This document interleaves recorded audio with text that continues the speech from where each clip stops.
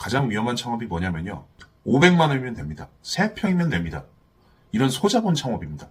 그 말은 곧 누구나 할 수 있다는 말입니다.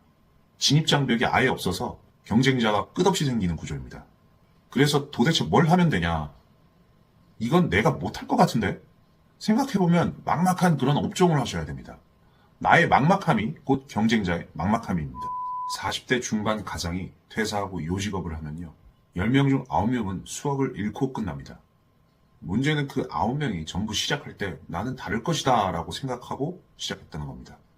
가끔 40대 선배들이 제 가게에 와서 술 한잔 하면서 말을 합니다. 나도 이런 가게 하고 싶다. 그 다음 말은 거의 똑같습니다. 5년 뒤에도 내가 회사에 있을지도 모르겠고 체력은 예전 같지 않고 자식들은 또 커가고 뭐라도 준비해야 될 것 같고 그러다 결국 나오는 결론이 이겁니다. 치킨 프랜차이즈, 저가 커피, 인형 뽑기방 그리고 그 선택으로 무너집니다. 저도 거의 40이 돼서 퇴사를 했는데요. 첫 가게를 오픈할 때 처자식이 있었습니다. 생존해야만 했어요. 그래서 감을 안 했습니다. 기준을 정해서 철저히 지켰습니다. 그 기준 지금부터 말씀드리겠습니다. 첫 번째는 처자식이 있다면 누구나 할 수 있는 업종을 하시면 절대 안 됩니다. 가장 위험한 창업이 뭐냐면요. 500만 원이면 됩니다. 3평이면 됩니다. 이런 소자본 창업입니다. 그 말은 곧 누구나 할 수 있다는 말입니다. 진입장벽이 아예 없어서 경쟁자가 끝없이 생기는 구조입니다. 예전에 탕후루가 그랬고요. 주로 디저트 업종에서 이런 일이 많이 일어납니다. 돈이 없으니까 이렇게라도 시작해야 되지 않겠냐고요. 저는 투자금의 크기만을 말씀드리는 게 아닙니다. 남들이 쉽게 따라할 수 있는 건 절대 따라하시면 안 돼요. 2억씩 드는 인형 뽑기방도 한 상권에 4개, 5개씩 생깁니다, 지금. 결국 나눠먹기예요. 수요는 더 빨리 소진되고 매장의 생존 주기는 더 짧아집니다. 그래서 도대체 뭘 하면 되냐? 이건 내가 못할 것 같은데? 생각해보면 막막한 그런 업종을 하셔야 됩니다. 나의 막막함이 곧 경쟁자의 막막함입니다. 예를 들어서 횟집이 될 수 있겠죠. 저는 양꼬치도 아주 좋게 보고 있습니다. 어떻게 해야 될지 전혀 감이 안 오잖아요.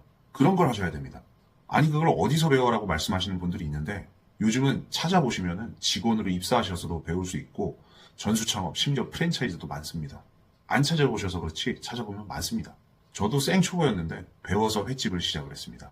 처음엔 막막했습니다. 그런데 기술은요, 재능이 아니라 숙련도의 영역입니다. 일정 기간 제대로 배우면요, 손님상에 나갈 수준까지는 누구나 충분히 올라옵니다. 장벽은 있는데요, 시간과 노력 투자를 통해서 충분히 넘을 수 있는 범위라는 말씀입니다. 저 역시 그렇게 시작해 추가 확장 예정인 매장 포함 2개의 횟집을 운영 중에 있습니다. 횟집이 왜 안정적인 구조인지 고정 댓글에 영상 정리해 놓은 거 있습니다. 필요하신 분들은 그거 보시면 됩니다. 어려운 걸 고르면 처음엔 조금 힘들 수 있습니다. 근데 나중에는 혼자 살아남습니다. 저는 그 길을 택했습니다. 두 번째 기준입니다. 가족 먹여 살리려면요. 하고 싶은 거 하시면 안 됩니다. 고객이 원하시는 걸 하셔야 됩니다. 고객은요. 사장님 꿈을 응원하러 오는 게 아니에요. 자기 문제를 해결하러 옵니다. 퇴사하고 고깃집 창업하시는 분들 엄청 많은데 이유를 들어보면 이렇습니다. 회사 다닐 때 회식을 갔는데 좋더라. 장사 잘 되더라. 그래서 어디서 차리냐면 그 회식했던 상권에 그대로 차립니다.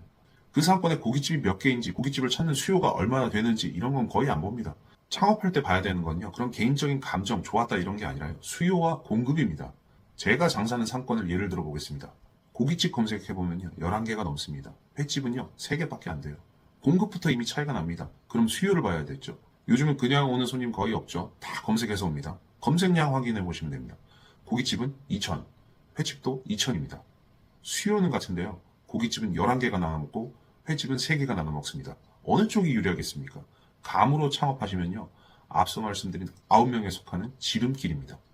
세 번째는요. 잘하는 놈은 좀 피해가세요. 이미 그 상권에 미친놈처럼 잘하는 사람이 있으면은 거기서 싸우지 마세요. 자존심 버리고 피해가십시오. 창업할 곳은 많습니다. 내가 압도할 수 있는 상권을 찾아가셔야 됩니다. 그런데 꼭 이런 생각하시는 분들 계시죠. 김치찌개집, 오래된 집, 잘하는 집이 있다고 쳐요. 그런데 굳이 그 옆에 가서 김치찌개집을 차리십니다.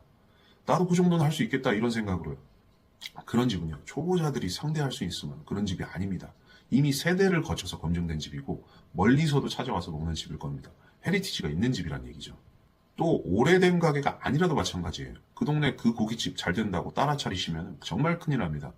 매장 겉으로 보면 똑같아 보이겠죠. 하지만 마케팅이며 메뉴 구성, 직원, 서비스 관리 이런 것들을 엄청나게 신경 쓰고 있는 매장의 확률이 높습니다. 초보가 붙었다가 뼈도 못 추리고 나오니까 꼭 잘하는 집은 피해서 창업하시기 바랍니다. 이 세 가지 기준입니다. 장벽이 있는 업종을 하시고요. 수요 공급을 꼭 확인하시고 잘하는 집은 피해가세요. 저는 이 기준으로 창업을 했고요. 지금까지 살아남았습니다. 이 세 가지 기준에 딱 맞는 업종이 횟집이었기 때문에 저는 횟집을 선택했고 확장까지 진행 중에 있습니다. 왜 횟집이 기준에 맞는지, 초보가 어떻게 접근해야 하는지 고정 댓글에 영상 정리해 두었습니다. 관심 있는 분들은 그 영상 보시면 됩니다. 들어주셔서 감사합니다.